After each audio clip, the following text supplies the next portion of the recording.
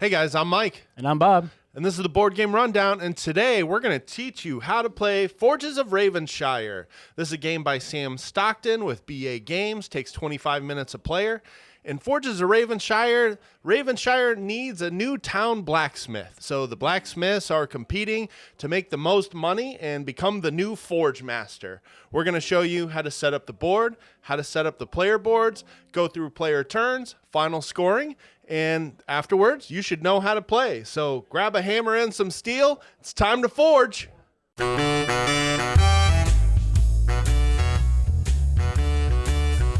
you can say the title's only 3 words. When it comes to the main board setup, first, take your player tokens and place them on the 0 spot on the reputation track. Next, roll the 2 green Harvester Guild dice and place 1 on the 1 spot and 1 on the 2 spot. Roll the 2 orange Alchemist die and place 1 on the 3 spot and 1 on the 4 spot. Roll the 2 purple Merchant Guild dice and place 1 each on the 5 spot and the 6 spot. Next, shuffle the guild tokens and place 6 face up in the guild halls of the main board. Stack the rest face down nearby. Shuffle the title tokens and place 4 for 1 to 3 players or 5 for 4 players face up next to the board and put the rest back in the box. We're setting up for a 2-player game, so 4 cards have been selected. Next, shuffle the 3 contract decks separately and place them next to the board.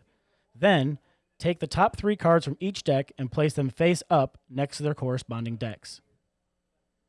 Finally, place the coins and mystic tokens around the board so all players have easy access to them. Now let's go to the player board. Choose a player board with its upgrade tokens, overtime cards, reference cards, and cubes to track your inventory of goods. Take 1 orange Alchemist die, 1 green Harvest die, and 1 purple Merchant die. Take 4 gold coins. Then, using your cubes, give yourself 1 good of each type by placing 1 cube on the 0 spot and another cube on the 1 spot for each of the basic goods. Take 1 action token. Optionally, all players can randomly take 1 assistant card, which we'll go over now. For this game, I have chosen the Noble Patron. Normally, it takes an action token to build an upgrade. However, at the beginning of the game, the Noble Patron allows you to upgrade 4 upgrades without having to pay for them.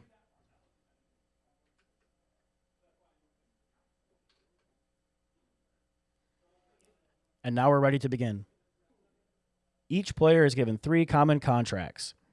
Choose one of them and put the other 2 back on the bottom of the deck. Then, the 3 dice will be rolled, and whoever has the highest total will receive the first player marker. Now let's take our first action during the gathering phase. I'm going to place my 2 in that slot. That's going to earn me 3 wood and a dragon scale.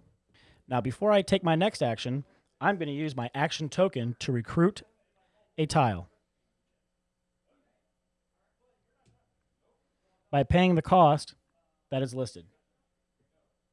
Then I'll add this to the proper guild.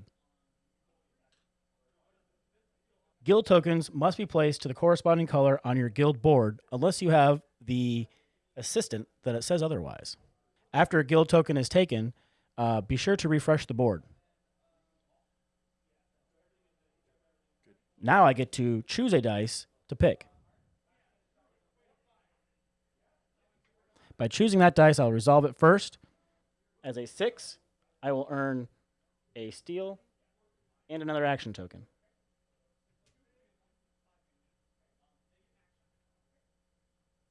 Then that die will be placed in the corresponding guild and activate the entire guild row. I will earn 1 coin by choosing the top action, and I will spend that coin in the next action to earn 2 goods.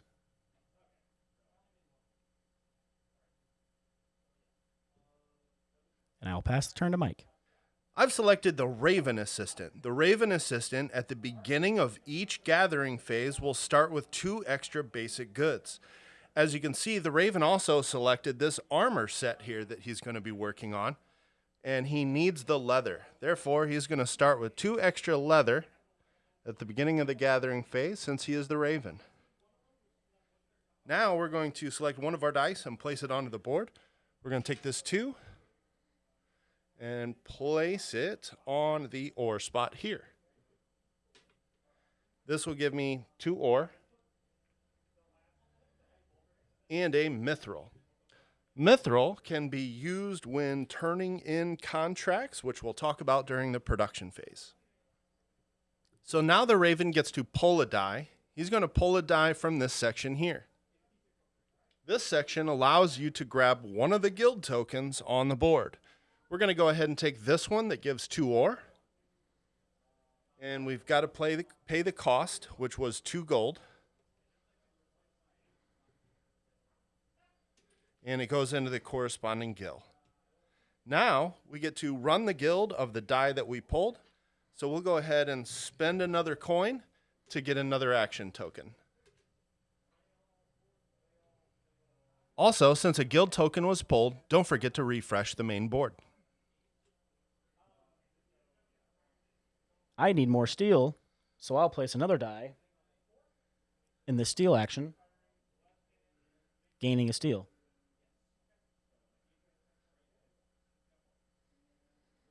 I then get to pull a die, and I will gain some charcoal and an ember stone by taking this die. That'll earn me 2 charcoal and an ember stone.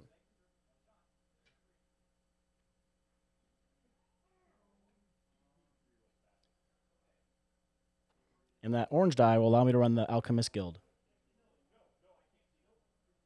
I can choose between the Dragon Scale or a talisman.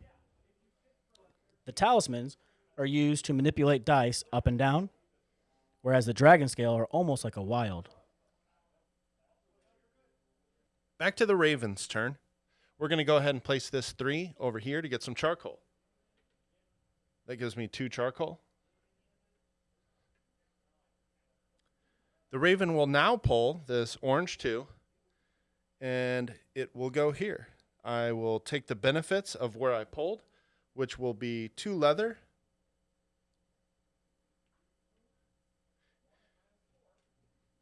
and a talisman. A quick reminder, you cannot pull the same dice that you just placed. Now I'm going to run the guild for the orange die that I just pulled, and I'll take a dragon scale. Back on the noble's turn, I'm going to choose another guild token before I take my action. I'm going to spend an action token and pay the cost of 1 gold to purchase this.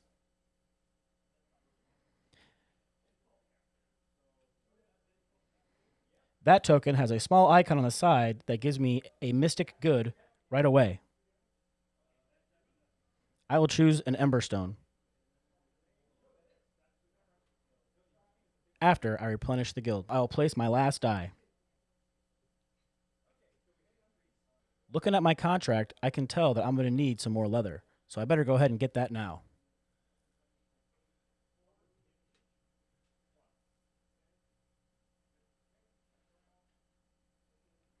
And now I get to pick up a die.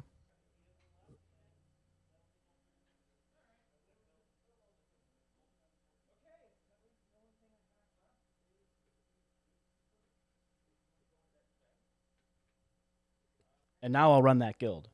I will gain a coin, and then I'll spend that coin I gained to gain 2 goods.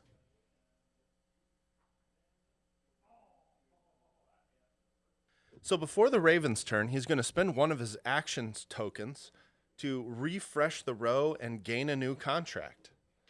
So you can only gain a contract from the prestige level that you have. All players start at level 1 prestige and graduate up to level 2 and level 3. So we're going to refresh the market, and we're going to choose a new card.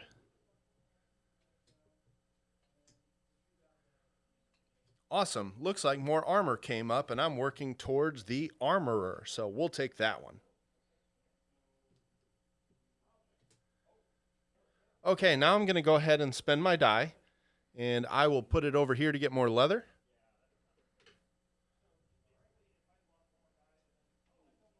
Now I get to pull a die. I'll go ahead and pull this 2 from here. That's going to give me 3 wood and a dragon scale.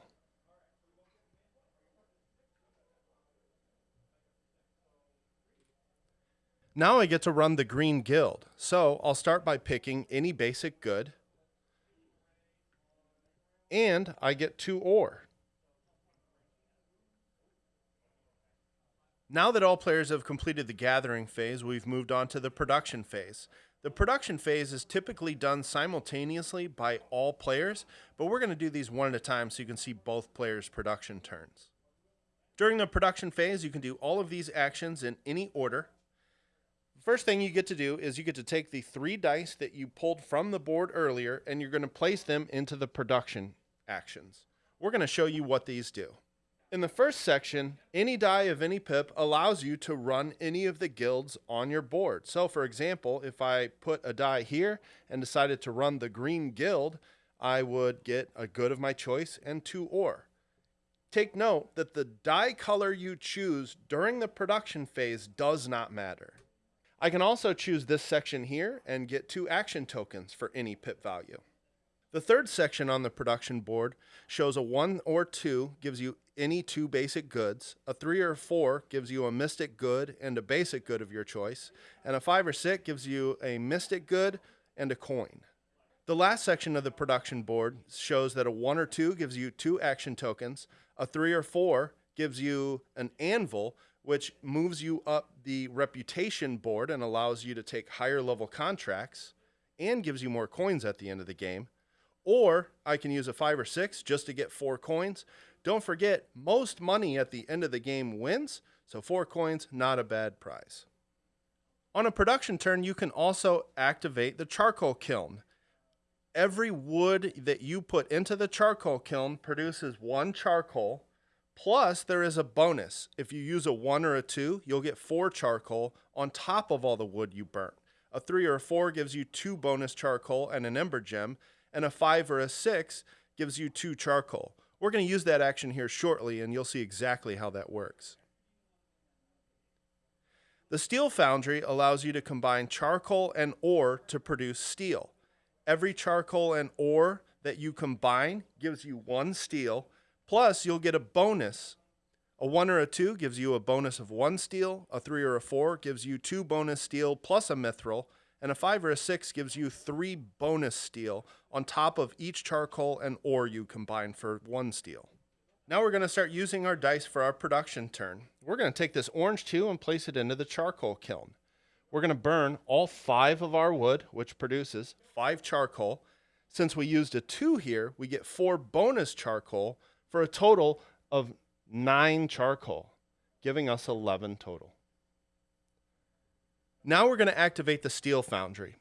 We're going to take this 3 die here and place it in here, and we're going to burn all of our ore, which was 5, match that with 5 charcoal, which gives me 5 steel, plus 2 bonus steel for a total of 7 steel. By using a 3, I also get a mithril. Okay, so with our last die, we're going to go ahead and place it here, which allows us to run any of our guilds. We're going to run the green guild. That allows me to pick 1 basic good of my choice. So I'll go ahead and choose wood. Then I also get 2 ore, which we're going to need to get that steel production back up. Anytime on your production turn, you can fulfill as many of your contracts as you have the resources for. I used all my actions to gather resources so that I could fulfill this level 1 contract here. I have to spend 7 steel and 3 leather. And now I fulfilled this contract. I'll get 11 gold from the supply and 1 action token. Now that we've paid the resources for this contract and gained our action token and gold, we'd have an opportunity to add a finish to this card. I'm going to add a mithril finish by placing it here. If I turn in 2 mithril and spend a charcoal, I'm allowed to move up the reputation track here. That spot of the reputation track gives me 1 more basic good, and I'll take a steel. That's the end of my production phase, and now we'll go back to Bob. During my production phase, I'm going to activate a guild. And I will choose the Merchant Guild. earning me another coin, and then allowing me to spend that coin for 2 more goods.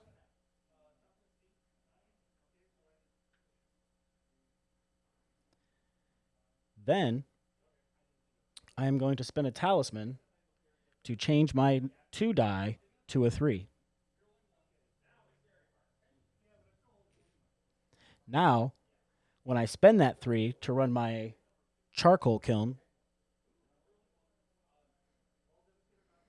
I can spend 3 wood,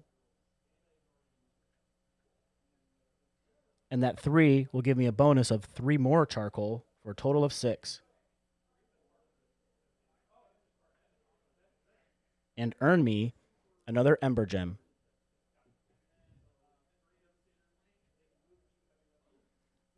Now, I'm going to go ahead and fulfill my contract because I have all the resources I need. So, for 5 steel, 3 wood, and 2 leather,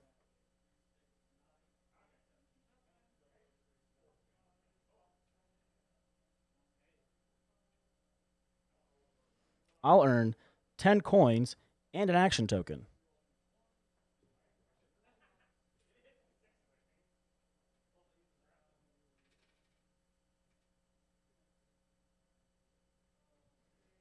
And I'm going to give mine an ember gem finish. So I'll turn in 2 ember gems and a charcoal. And that will earn me 4 more coins for my sword. With my remaining die, I'm going to earn more money. I can also trade in some dragon scales for some other items to prepare for next turn. By trading in 1 dragon scale and 1 charcoal,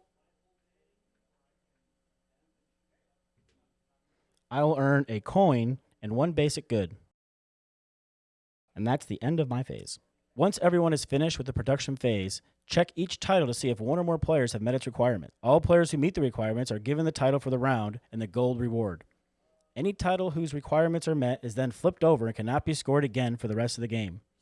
A player can score more than 1 title in a single round and over the course of the game. After all players have completed their production phase, we're going to go to an end of round phase cleanup. First, we're going to check to see if anybody has a completion of the titles. Then we will prepare the board for the next round. To prepare the board for the next round, the game board needs refreshed. Discard the bottom row of guild members in the guild hall. Move the top row down and add 3 new guild members to the top row. Collect all 6 dice from the main board. Shake them in your hands and randomly roll 1 at a time for each district. Pass the first player marker to the player to the left. Roll the 3 dice that you've got in your production. And you're now ready for the next round. During the game, you saw us use some action tokens, but let's go over what else they can be used for. First, you can use one to just gain a contract on your turn. You can use one to refresh a row and gain a contract. You can use one to recruit a guild member. You can use it to build an upgrade, or you can use them to activate your overtime cards once per game. Everybody starts with 2 of the overtime cards. You can spend 2 actions to go up the reputation track 1 time, or you can spend 2 action tokens to gain 3 coins. When it comes to using your action tokens, you use them during the gathering phase. The handy player aid that comes with the game lets you know when the timing of that is. You can use them before you place a dice, after you place the dice, but before you take another one, or after you've run a guild. Each faction begins the game with a basic market exchange token. This allows you to, at any time, trade any 3 goods for another good, any 3 mystic goods for another mystic good. You can turn in a talisman to increase or decrease a die by 1 pip, but it does not roll a 6 to a 1 or a 1 to a 6. You could trade 2 ember gems for any 2 goods, or, like you saw earlier, you can turn in a dragon scale and a charcoal for a coin and any good. And by spending an action token, you can upgrade that to get yourself a little bit better return rate. Along with spending an action token to increase your market exchange, Don't forget, you can spend action tokens to upgrade your charcoal kiln and your foundry to get a better exchange rate. I was playing the Noble Patron, and that's why I started with those upgrades. After the 4th round, gain amount of gold as shown on the bottom of the reputation square your player token currently occupies. Use the market exchange to trade in mystics to gain gold. You can trade in any 3 mystics to gain a dragon scale. You can trade in a dragon scale and a charcoal to earn 1 gold and another good of your choice, which will probably be another charcoal, so you can trade in your other dragon scales for more money. You may play any unused overtime cards paying their normal cost. Trade in action tokens for 1 gold each. Add this goal and all the gold you've earned throughout the game to receive your final score. Looks like Mike ends with 83 points. Hey guys, it's Tim from the Board Game Rundown, and I'm just popping on to tell you right now we've got a Patreon that we just started. The pledge level is very low, but there's a limited amount, so when that amount's gone, it's going to go up. Right now, we're not giving away anything extra, but we probably will as soon as we figure out how we're doing that. So if you've got the time, the willingness, and the means to do so, and you want to support the show, please go over to that Patreon and check it out. Thanks very much. Okay, guys, so now you should have all the information you need to play Forges of Ravenshire. This is going to be hitting Kickstarter soon, so keep your eyes peeled for it. For the Board Game Rundown, I'm Mike. I'm Bob. We'll see you next time. It's so good.